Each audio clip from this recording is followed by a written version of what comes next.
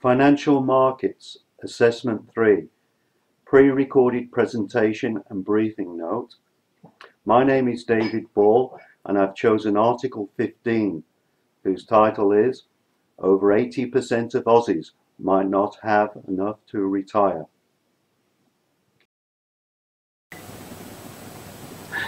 My mother retired over 20 years ago at the age of 55. At the time there was a movement encouraging baby boomers to take early retirement and thereby allow Generation X job seekers to enter the workforce. I'm 56 and a long retirement is not in my future, like free university education and affordable housing is joining a long list of privileges baby boomers enjoyed that my generation won't. Individuals are starting work later than they used to. My mother commenced her first full-time permanent job at the age of 15. I myself completed postgraduate studies and didn't commence my first full-time job until I was in my late 20s. Australians are getting married later and buying their first home later.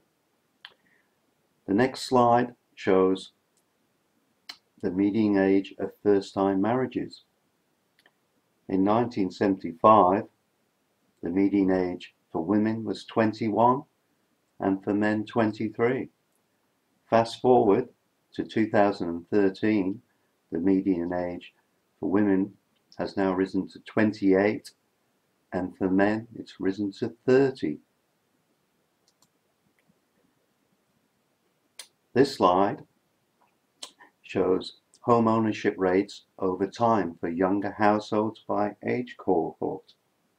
According to official statistics, the average age of first home buyers is shooting up. Almost 4 in every 10 first home buyers are now aged over 35.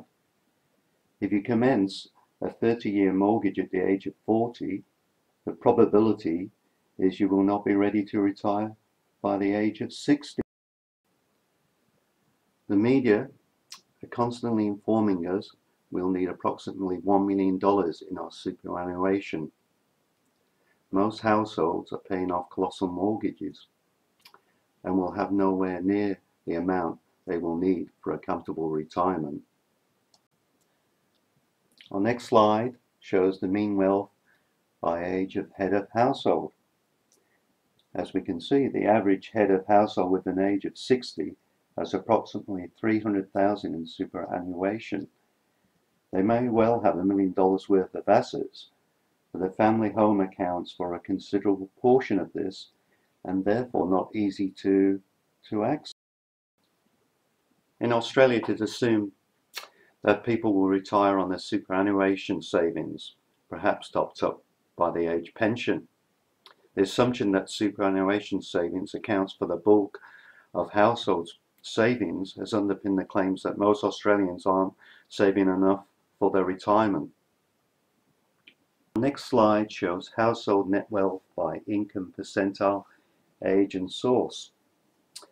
Analysis of how households save for retirement found that households of any particular age and level of income hold more wealth on average outside superannuation than inside superannuation, not counting their home. The analysis focused on households, not individuals, and found that more than half of households in each age group hold more than 50% of their non-home wealth outside of super. For whatever reason, most households approaching retirement have substantial non-super, non-home assets to draw on. So whether or not it's 80% of Australians who will not have enough to retire on cannot be said with any certainty. However, I think it can be said that for many Australians, superannuation will indeed be their principal non-home asset and be a larger contributor to their retirement income than the age pension. Our next slide shows share of total superannuation tax concessions by income decile. Based on an analysis of 2011 to 2012 Australian Taxation Office data provided to the Treasury, It's shown that the majority of tax concessions were disproportionately distributed to the top 20% of income earners. These tax concessions are unlikely to reduce future age pension expenditure significantly. It is clear from our research of the topic that both the Commonwealth Government and individuals need to take a proactive approach to fixing the retirement shortfall.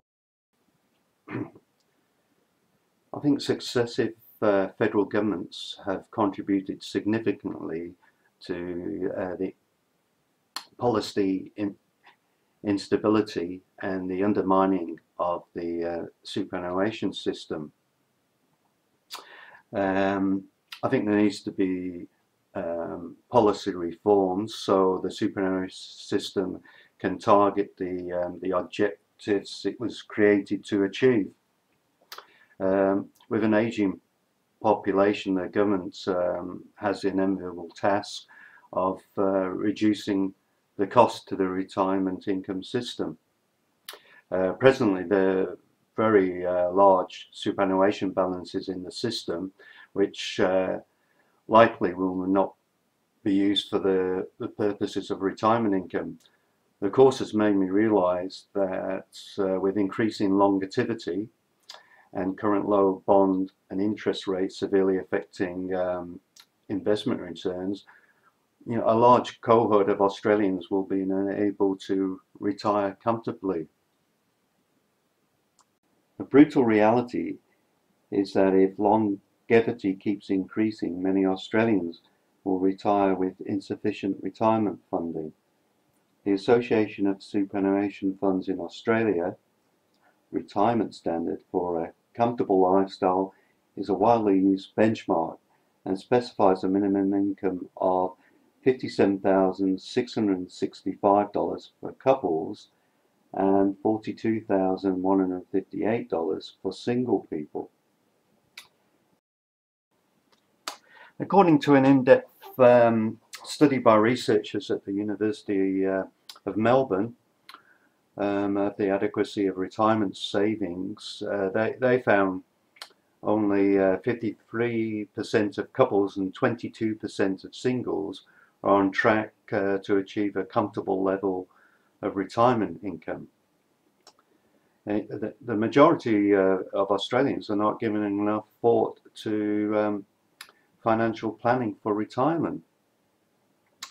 The MLC's Wealth Sentiment Survey of over 2,000 Australians found that 40% do not even know their superannuation balances, and nearly 50% of Australians do not use a financial planner or even have a financial plan.